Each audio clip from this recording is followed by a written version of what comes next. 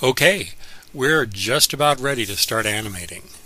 But before we do, I think it's a good idea that we stop and take a look at the concept of cameras in the context of Sketchers Studio. Because after all, a camera is the thing that is going to be your point of view. And if you're going to record an animation, you're going to be probably viewing the animation from a particular perspective. And there is actually kind of a connection between cameras and the objects that we observe in Sketchers Studio. In fact, the truth is, every single object that you bring into Sketchers Studio, it comes with its own built-in camera. Let me show you how that works. Let's look up here on the left, in the upper left-hand corner, where we have these two buttons. They have little camera icons on them. One says Free, and the other one says On Board. On Board means that for any object that you have selected, if you click On Board, you're going to go to that object's built-in camera. Free, on the other hand, is a camera that is completely independent. It cannot be animated because it's not an object, so it can't be animated. But it's very handy when you want to have a kind of a broad view and you want to stand back and take a look at your scene. You can jump to the free camera that you can position wherever you like, and then you can go back and forth between the free camera and any of your onboard cameras. Now every single thing here has an onboard camera on it, including our little man standing there. So let's start with him. If we select our man and then we click on board, we're going to be viewing things from the perspective of that object. But we're viewing it from the perspective of that object's origin, at least by default. Whatever that object's origin is, that's where we would go to with our onboard camera. That's why we're looking at the road from the ground plane at this particular object's location, because his camera is sitting at the origin. And if I back off by hitting free again, and let's just zoom in with our free camera and orbit here for a moment, you can see that our character, our man here, he does have his own origin. He's got this green line passing right under his feet, and a red line, and there's also a blue line passing right up through him. So the origin is the intersection of those lines, and right now the origin is at his feet. So if we want to change it, so let's say that when we're viewing the world from the perspective of this guy, we'd like to actually see things at his eye level.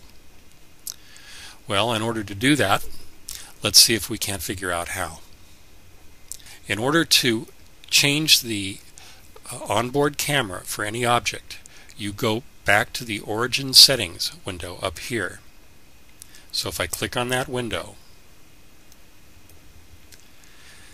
right now we're looking at the model origin. We're actually kind of in a free camera mode here, and we can come in here with our orbit tool, for example, that's selected, and we can move around in here, and we're not affecting the camera that belongs to this character yet. But if we go to the camera origin, press this button here, it takes us down to his feet. And now we can use the tools up here that come inside this Origin Settings window, and we can reposition our view that we would like to see whenever we go to that onboard camera for that object. So I'm going to click the hand, and I'm just going to come up a little bit here, like that. And now we're viewing the world from on high. I don't know exactly where we are, but by going back and forth you can kind of get a sense of it. It looks like we're kind of intersecting right at his belly button. Now there are other ways of manipulating this, but for now we'll just look at this one. So let's come up a little bit higher, and then let's go back. And so that's got us at about his eye level now. And then we'll just apply that change. And if I click the onboard camera, well, now we're viewing things from about the level, it looks like about the level of his neck there. but that's close enough for the point that I'm trying to make here. So now we're looking at the world from his perspective.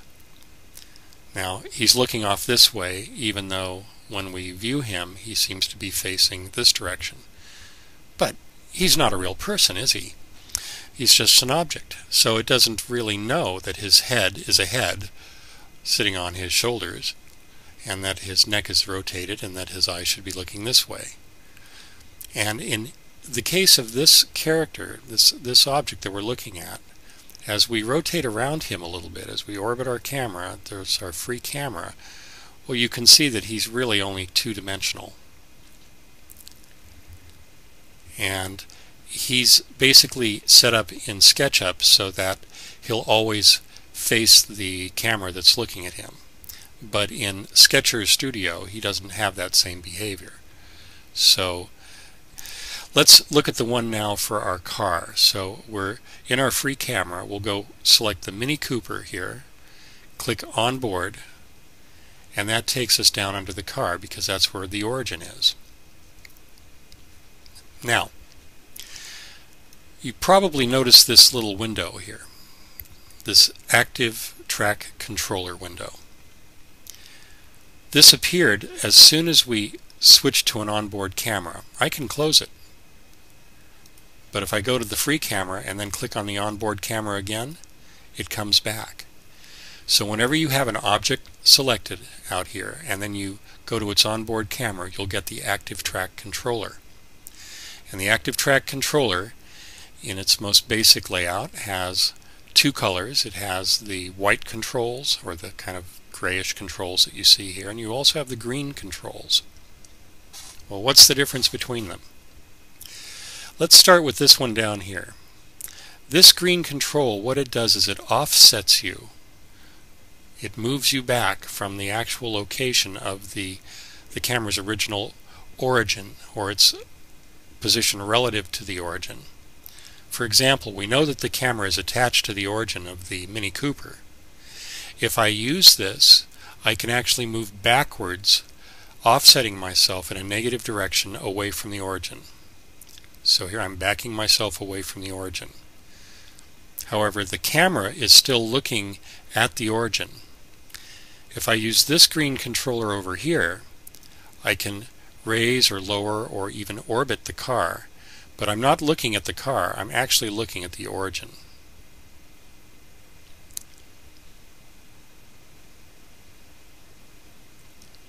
Just like this.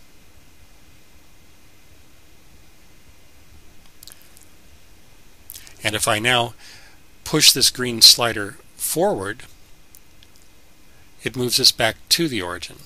And at the very last, when it reaches the origin, it straightens out and it looks in the original direction that it was configured to look in from the origin settings dialog.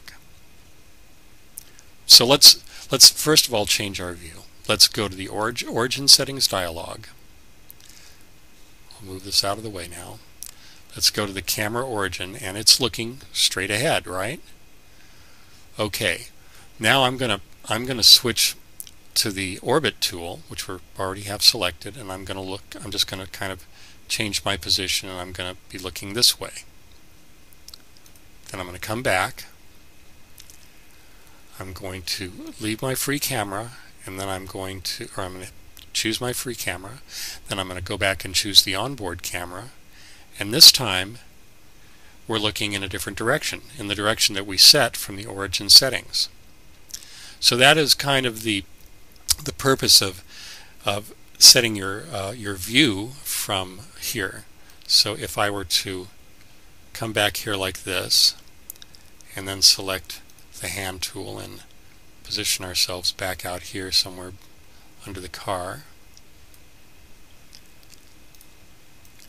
and kind of set up our view, the next thing that I would probably want to do is use the hand tool, and let's come up here and actually set up our view the way we really want it.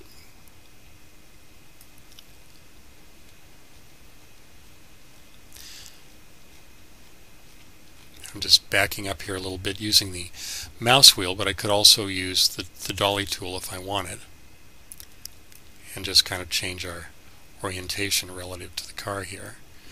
I'll switch back to the hand. Whoops. I've got to select the hand. Switch back to the hand. And let's try it from here. Let's back up a little bit. Switch to our orbit tool.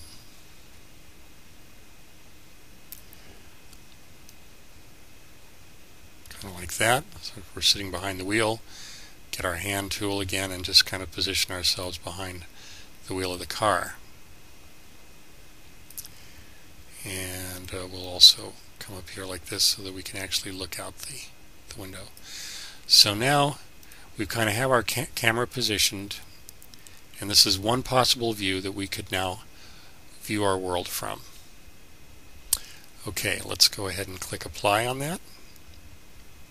And it doesn't update here until you change your view or change to a different object and then back again. I'll just change our view, and now this is going to put us behind the wheel of the car like this. Now from here I can use this little green tool now, and I could move us left and right, except for you can't see any movement, and that's because we're locked to our new view origin. The view we raised up, we changed its vertical and horizontal positioning, and so we now have an origin of our view that belongs to this object.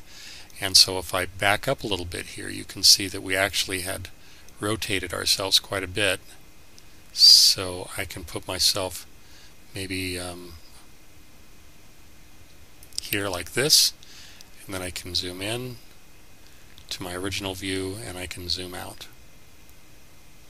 But whenever I zoom back in, it'll always come back to how we set the camera up back in the origin settings. So basically what we've just discussed is the idea that every object has its own camera, and that camera will ride with the car or ride with the object if the object moves. So you can get a view from inside the car, or you can offset your position and still stay with the car like this. I could do this, and then if the car moved forward, we would maintain our position relative to the car as the car moved. So we would follow the car from this point of view. So that's what an onboard camera does.